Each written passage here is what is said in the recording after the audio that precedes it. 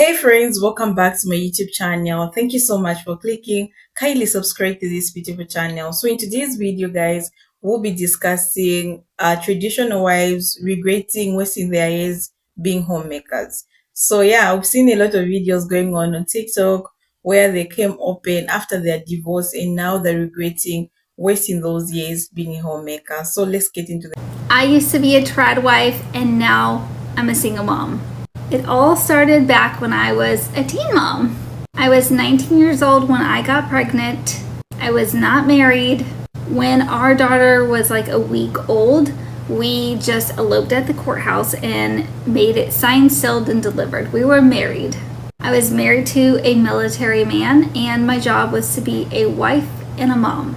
I wasn't supposed to have any time or any thoughts about doing anything other than being a wife and a mom. I love my kids very dearly and I do not regret my decisions to have them. I do regret my decision to pick the partner that I picked to be their dad and to be my ex-husband. I had very low self-worth and self-esteem and thought that I was only good at being a wife and a mom because that's what I was shown growing up. It wasn't until we were teenagers that my mom ever started going to college. When she got married, she didn't have a college degree. She was in the military and she did her 4 years in the Air Force, and my dad was a career military man, and my mom just married him and became a trad wife. And don't get me wrong, trad wife life comes with perks. I think it's best when you pick the right partner. I've seen a video talking about stitch this and tell me why marriage is hard. Marriage is only hard when you pick the wrong partner. My ex-husband would make fun of my weight. He would make fun of the little gap I have in between my two front teeth right here.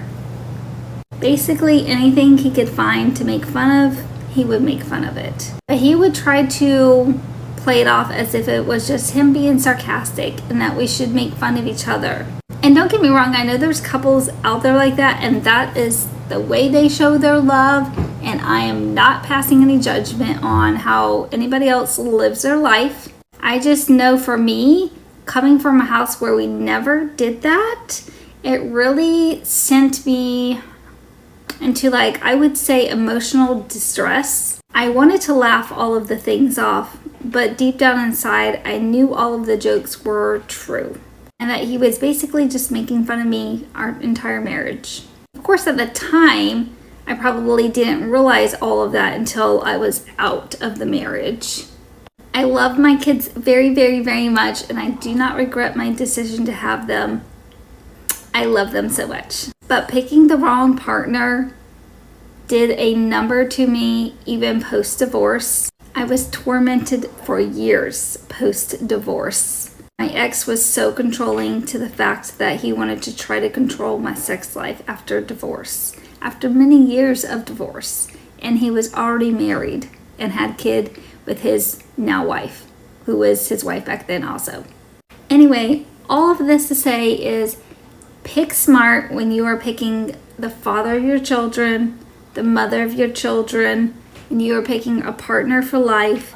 Do not take that very lightly. That is one of the most important decisions you will make in your entire life. Next to what toppings you want for your Chipotle bowl.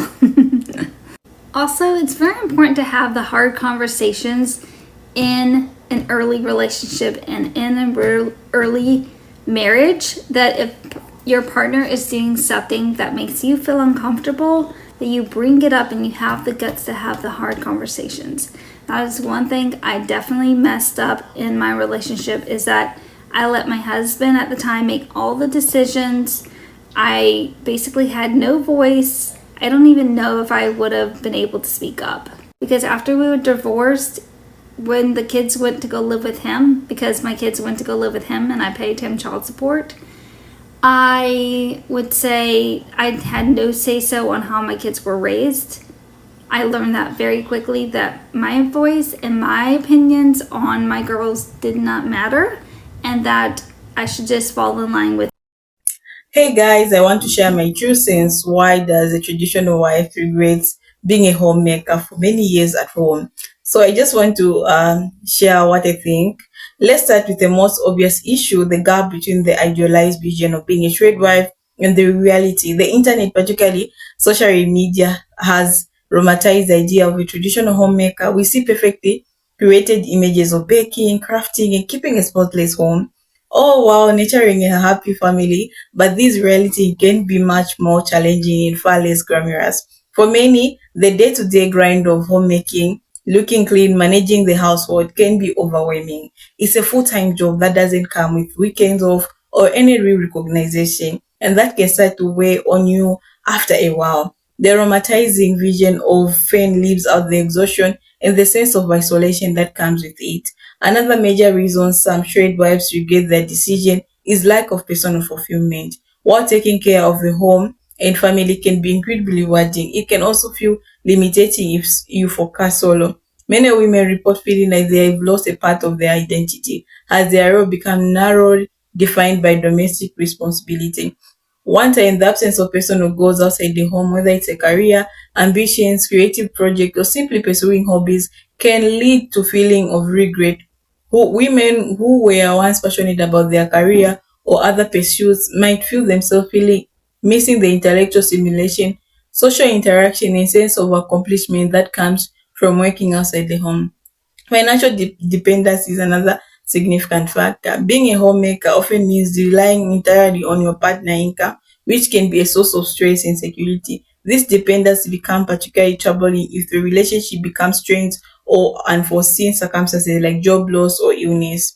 This financial dependency can lead feeling of vulnerability, especially if a woman feels that has no safety net for plan. The idea of not having your own income, not contributing to savings, or not being able to leave a bad situation can create deep sense of regret, especially time goes on and the reality this dependence sinking. Social isolation is another reason. Some trade wives start to have second thoughts.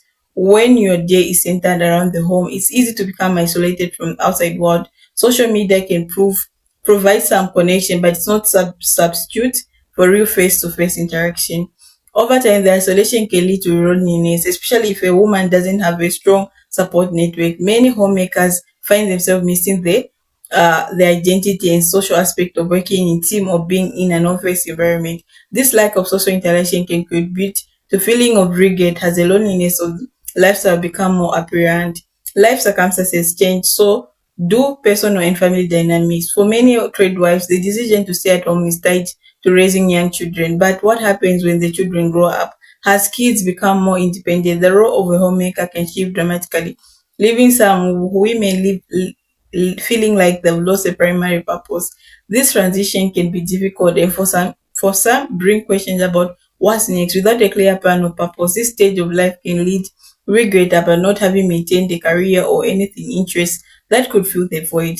Society expectation and judgment can also play a big role in why some traditional wife experience regret. While the trade wife movement is often seen as a pushback against modern feminist ideals, the reality is that women today are still subject to intense security, both from those who support traditional roles and those who criticize them. This pressure can be overwhelming. On one hand, there is a pressure to be the perfect homemaker, always happy, always in control, always fulfilled.